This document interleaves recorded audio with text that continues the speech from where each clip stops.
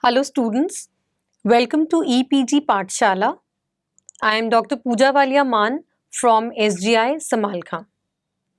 Today we are going to talk on the module Emergence of Services from the paper Services Marketing. After completing this module, you should be able to understand how service sector evolved and the factors influencing the evolution of services. Services are deeds, acts, or performance.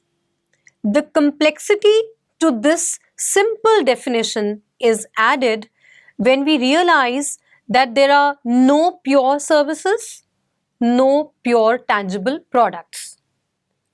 Philip Kotler defines a service as any act or performance that one party can offer to another that is essentially intangible and does not result in ownership of anything. Its production may or may not be tied to a physical product. There is a growing market for services and increasing dominance of services in economic worldwide. Services are a dominant force in countries around the world, as can be seen in the global feature. The tremendous growth and economic contribution of the service sector has drawn increasing attention to the issues and problems of service sector industries. There was a time when it was believed that the Industrial Revolution was the only solution to the problems of poverty, unemployment, and various other ills of society. Now, however, the service sector promises to fulfill the task. Services touch the lives of every person every day. Around the world, innovative newcomers offering new standards of service have succeeded in markets where established competitors have failed to please today's demanding customers. Many barriers to competition are being swept away, allowing the entry of eager newcomers ranging from tiny startup operations like garden maintenance or babysitting services to well-financed multinational firms importing the service concepts previously developed and tested in other countries like Uber. Established businesses often find it hard to maintain the customer loyalty in the face of competition from innovative firms offering new product features, improved performance, price cutting, clever promotions, and the introduction of more convenient technology-driven delivery systems. Let us look at the evolving environment of services. Liberalization, privatization, and globalization has brought unprecedented changes in the economic, trade, and industrial scenarios. India is fast moving from a protected economy to an open market economy and becoming integrated with the world economy. The LPG environment has exposed various organizations, including the service sector, to the challenges of competition, service quality, cost, and the competitive environment that will help organizations to modernize. Some of these are unable to cope with the changes which may have to face the consequences of survival of the fittest. growth of service industry can be attributed to the changing lifestyle, changing world, changing industrial economies, changing population pyramids, and change in technology. There is a drastic change in the industrial environment and inter-industry relationship because of two vital components, that is, service and information technology. Depending on the industry and the country in which the service firm does the business, the underlying causes of such changes may include any of the 12 forces listed below. Like the factors underlying any revolution, some of the origins of today's service sector revolution go back a number of years, whereas others reflect a chain of relatively recent events that continues to unfold. Here is a snapshot of the evolving environment of services. A look at all these components give an understanding to the changing pattern of the services. So students, let's have a look on the changing patterns of government ownership and regulation. Traditionally, many service industries were highly regulated. Government agencies set price levels, placed geographical constraints on the distribution strategies, and in some instances, even defined the service attributes. Since the late 1970s, there has been a trend in the US and Europe towards partial or complete deregulation in a number of major service industries. Further relaxation of regulations on trade in services between members of the European Union has already started to reshape the economic landscape of Europe. Reduced government regulation has already eliminated or minimized many constraints on competitive activity in such industries as air freight, airlines, railways, road transport, banking, securities, insurance, and telecommunications. Barriers to entry by new firms have been dropped in many instances. Geographic restrictions on service delivery has been reduced. There is more freedom to compete on price, and existing firms have been able to expand into new markets or new lines of business. But reduced regulation is not an unmixed blessing. Conversely, lifting restrictions on pricing may benefit customers in the short run as competition cuts the prices, but may leave insufficient profits for needed future investments.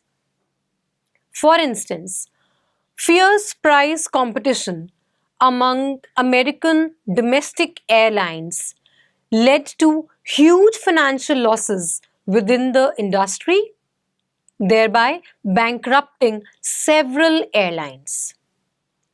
About service quality and safety, it was a pitiable situation.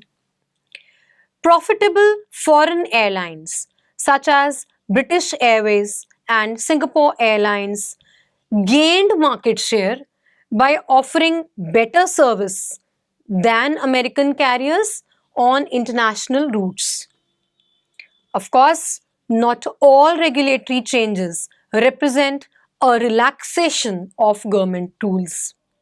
In many countries, steps continue to be taken to strengthen consumer protection laws, to safeguard employees, to improve health and safety, and to protect the environment.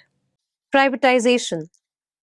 The term privatization was coined in Great Britain to describe the policy of transforming government organizations into investor owned companies.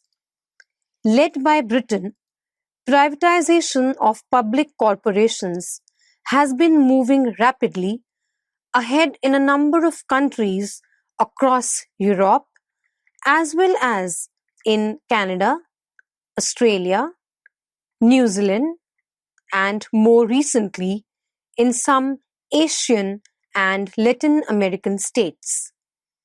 The transformation of such service operations as national airlines, telecommunication services, and utilities such as gas, electricity, and water into private enterprise sectors has led to the reconstructure and cost cutting and a more market focused posture of services.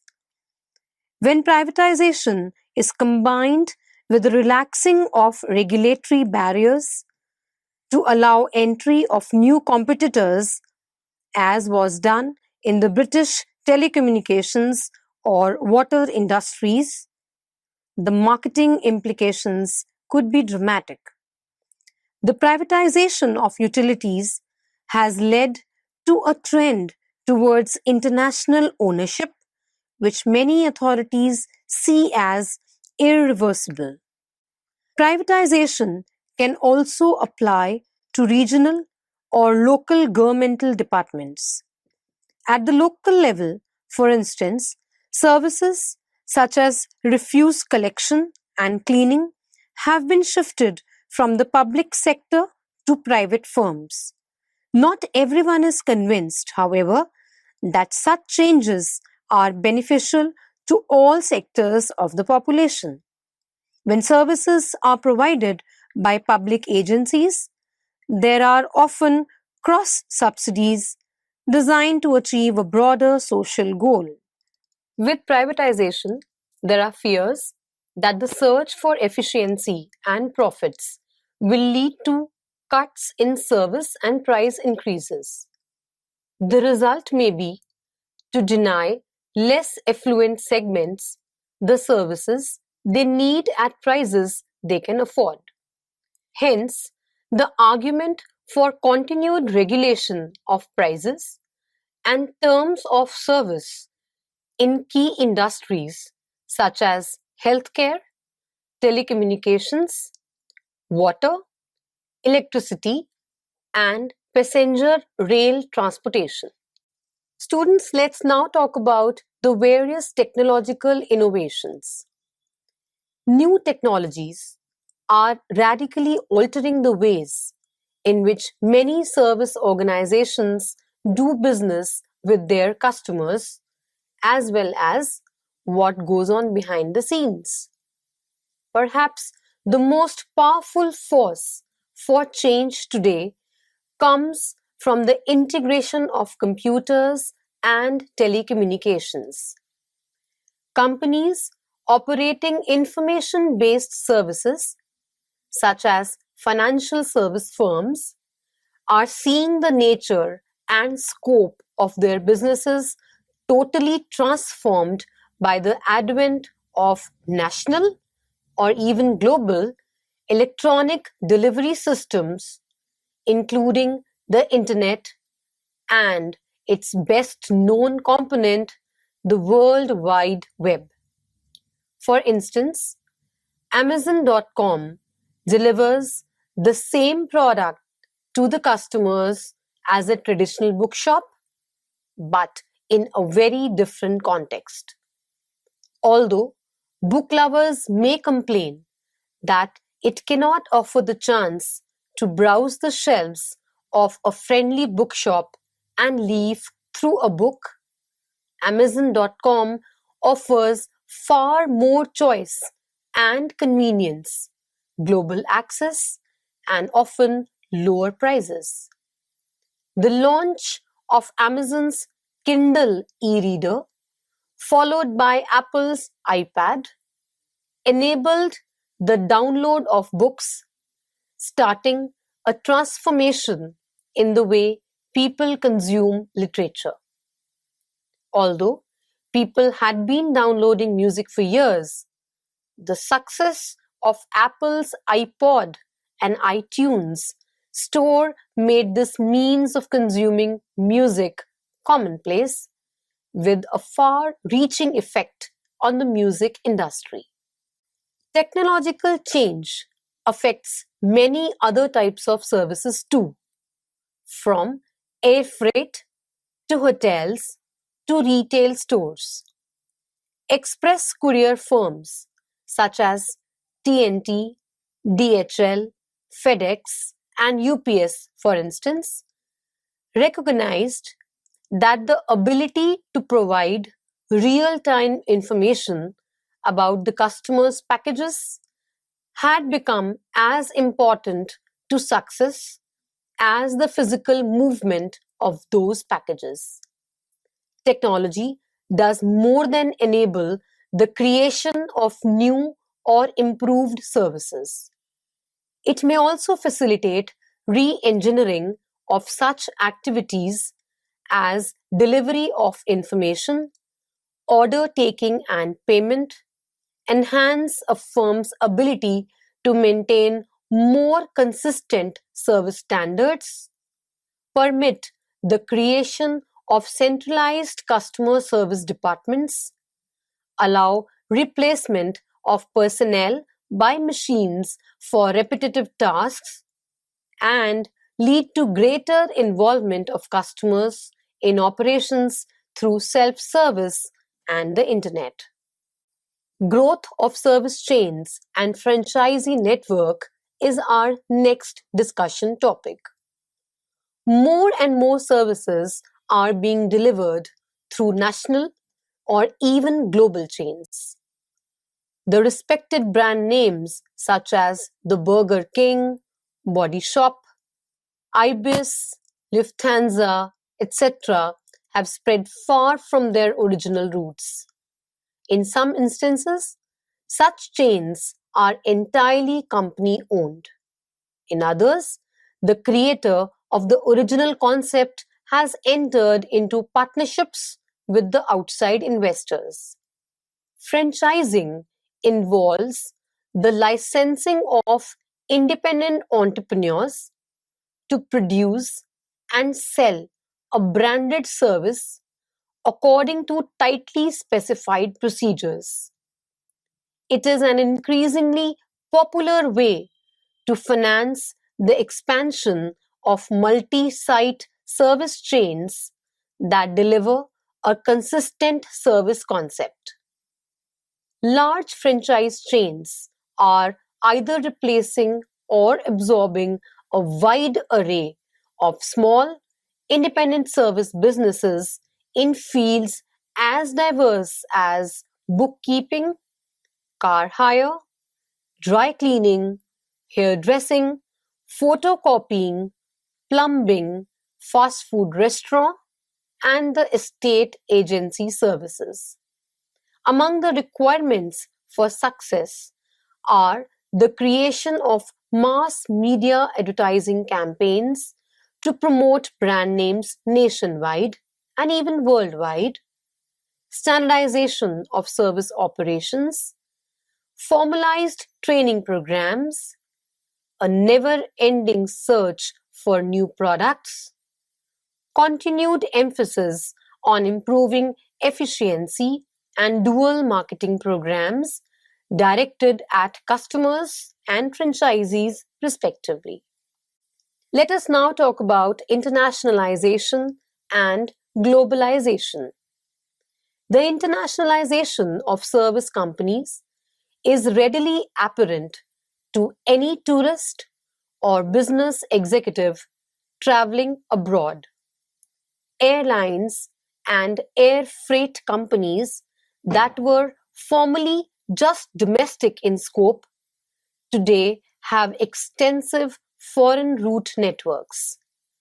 Numerous financial service firms, advertising agencies, hotel chains, fast food restaurants, car hire agencies, and accounting firms now operate on several continents.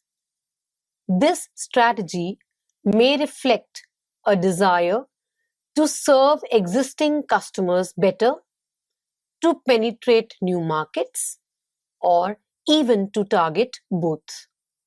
The net effect is to increase competition and encourage the transfer of innovation in both services and processes from country to country.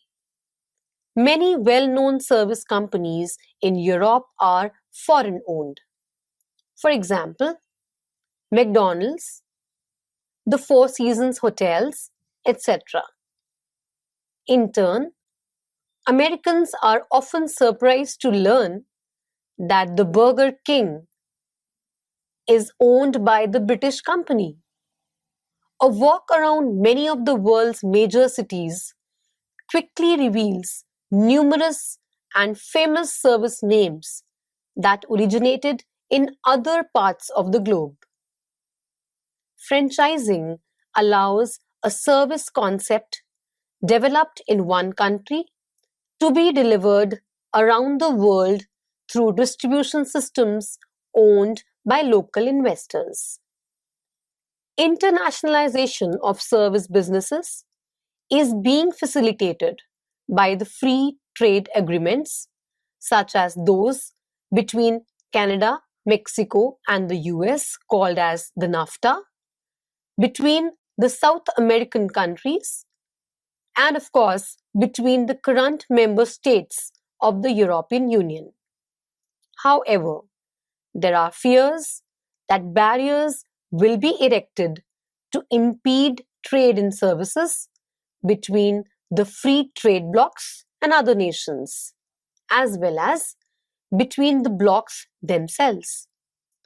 Developing a strategy for competing effectively across numerous different countries is becoming a major marketing priority for many service firms. So, students, is there a pressure to improve productivity? With increasing competition, often price-based has come under great pressure to improve productivity.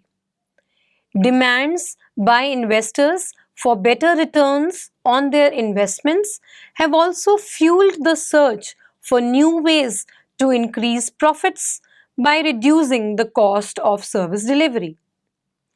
Historically, the service sector has lagged behind the manufacturing sector in productivity improvement. Although there are encouraging signs that some services are beginning to catch up, especially when allowance is made for simultaneous improvement in quality. Using technology to replace labor is one cost-cutting route that has been followed in many industries. Re-engineering of processes often result in speeding up operations by cutting out unnecessary steps. However, managers need to be aware of the risk that cost-cutting measures driven by finance and operations personnel without regard for the customer needs may lead to a perceived deterioration in quality and convenience. The 1980s were marked by growing customer discontent with the quality of both goods and services.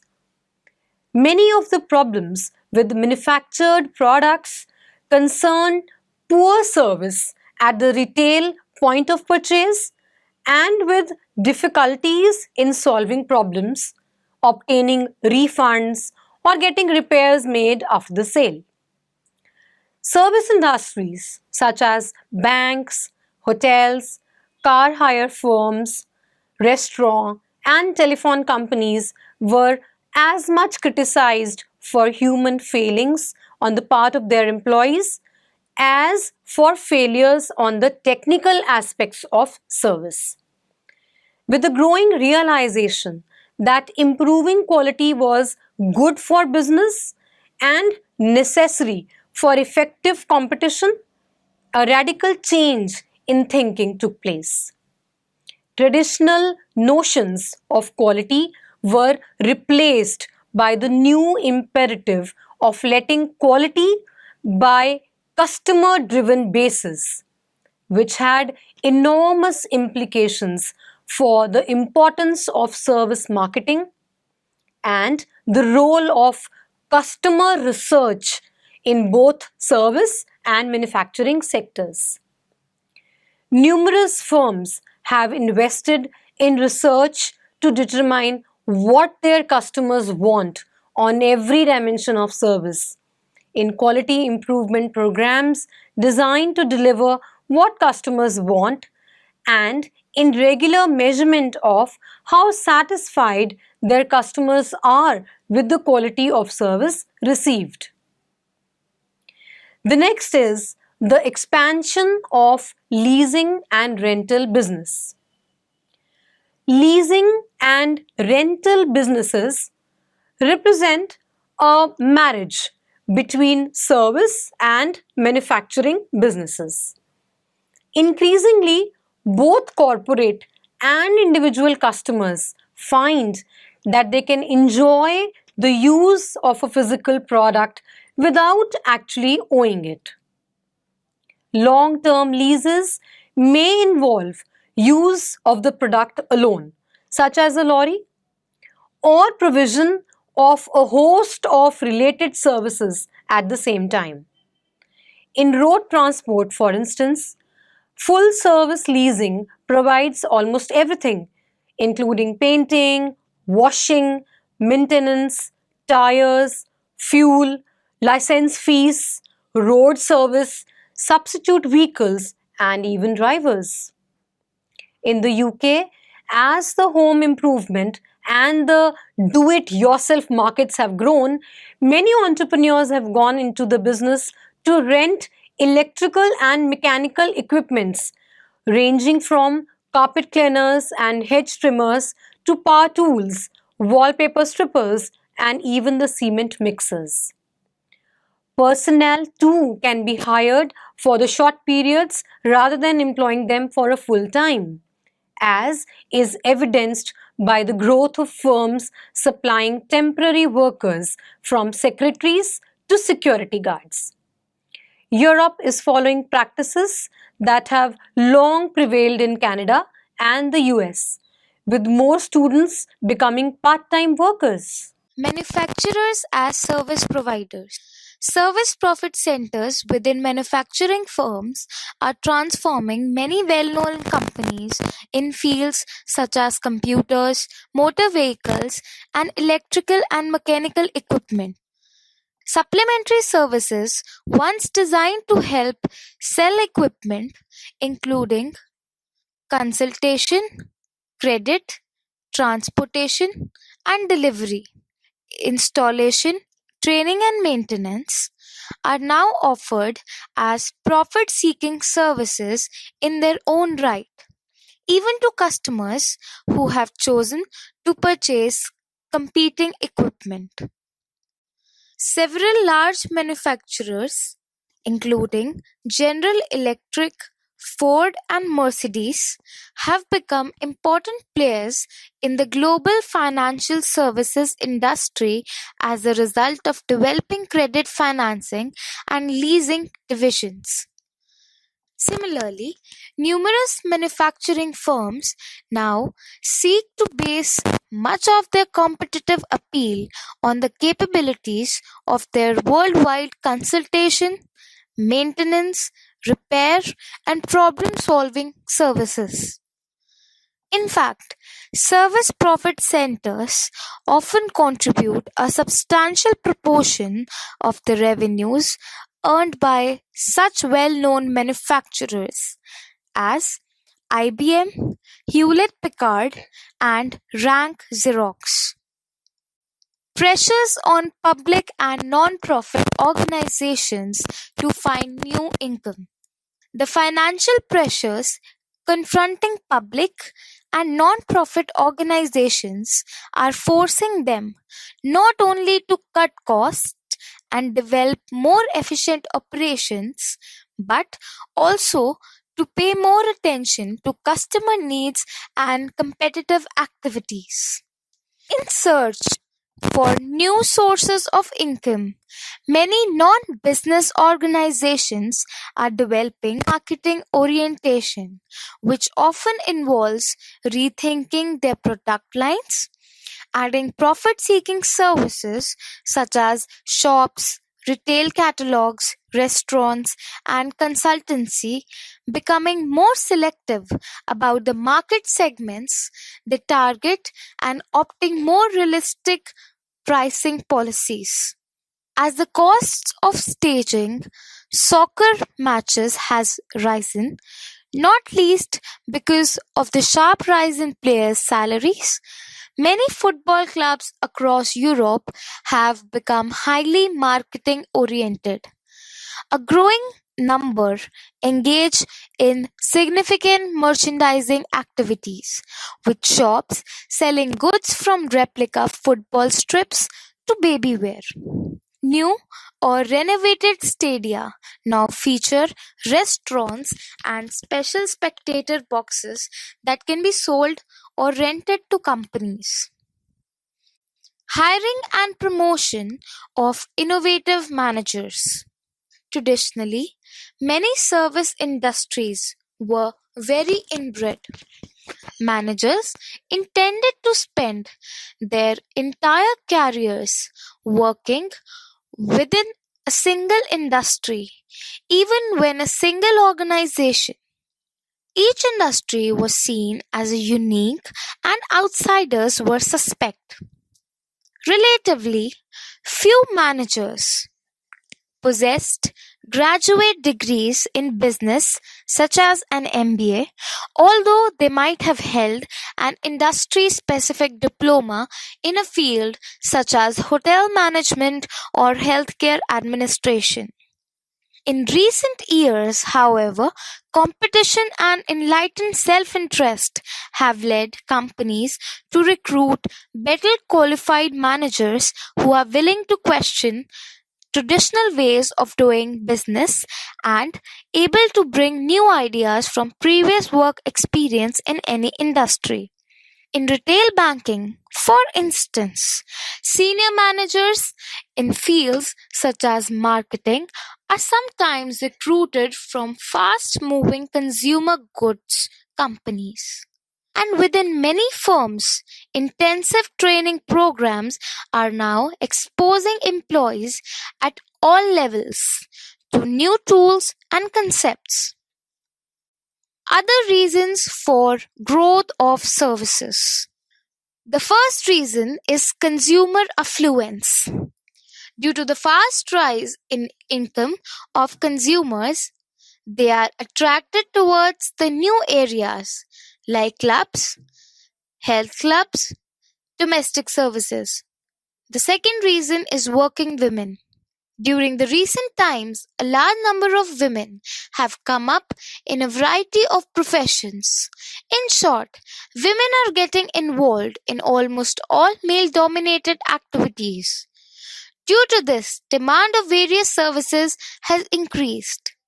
The third reason is greater life expectancy. According to the World Development Report and World Human Resource Index, the life expectancy of people has increased significantly all over the world, barring few developing countries. This results into the requirement of medical services. So, students, let us now summarize what we have learnt in this module. It is obvious that most economies the world over are increasingly becoming service economies, and therefore there is a need to manage the service economies in the best possible way. The service sector has now surpassed the manufacturing sector in terms of contribution to the GDP. LPG has brought unprecedented changes in the economic, trade and industrial scenarios. Customers' needs are changing, so considering various consumer needs and changing structure of industry has put various pressures on the service marketeer to better understand the consumer and market faces. Several forces are driving the sector today. Thank you.